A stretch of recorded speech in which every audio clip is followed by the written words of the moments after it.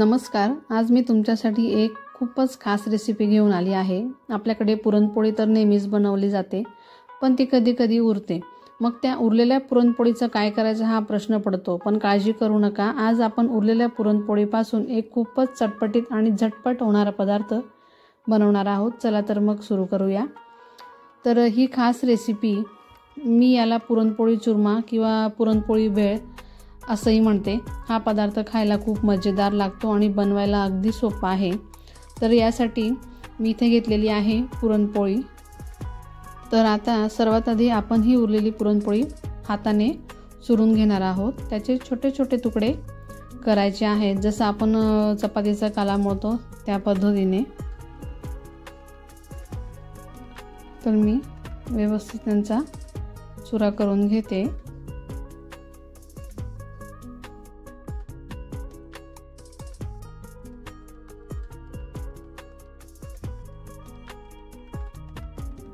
तर इथे आता छान चुरा करून झालेला आहे।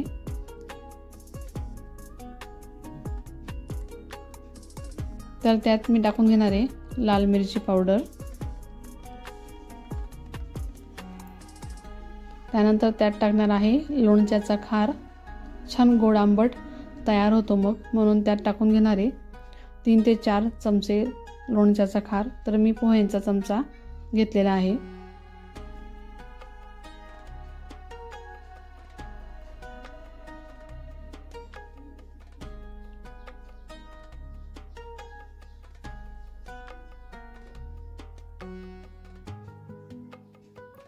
आता इथे लोणच्याचा खार टाकून झालेला आहे। त्यानंतर त्यात टाकायचा आहे कांदा। तर कांदा मी हा बारीक चिरून घेतलेला आहे।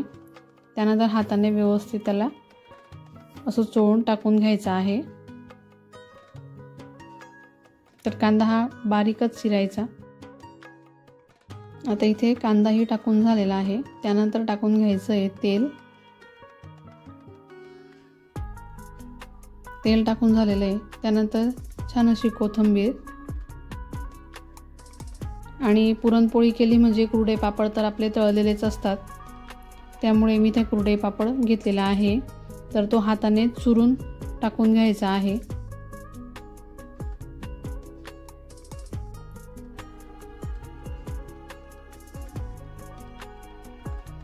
छान चुरून टाकून घ्यायचा।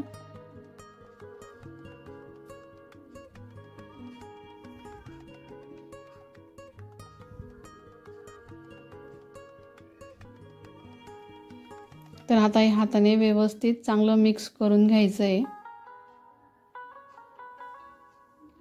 छान हाताने चोळून टाकायचं, कारण पुरणपोळीला चटणी, लोणच्याचा खार, कांदा हे सर्व व्यवस्थित लागायला पाहिजे, व्यवस्थित मिक्स व्हायला पाहिजे। व्यवस्थित मिक्स झाल्यावर त्याची छान गोड आंबट अशी चव येईल। तर मला तेल थोडं कमी वाटलं होतं, म्हणून मी परत अगदी थोडं 1 चमचा एवढं तेल टाकलेलं आहे आणि लोणच्याचा खार पण 1 चमचा टाकून घेतलेला आहे। तर पुन्हा त्यांना व्यवस्थित मिक्स करून घेणार आहे।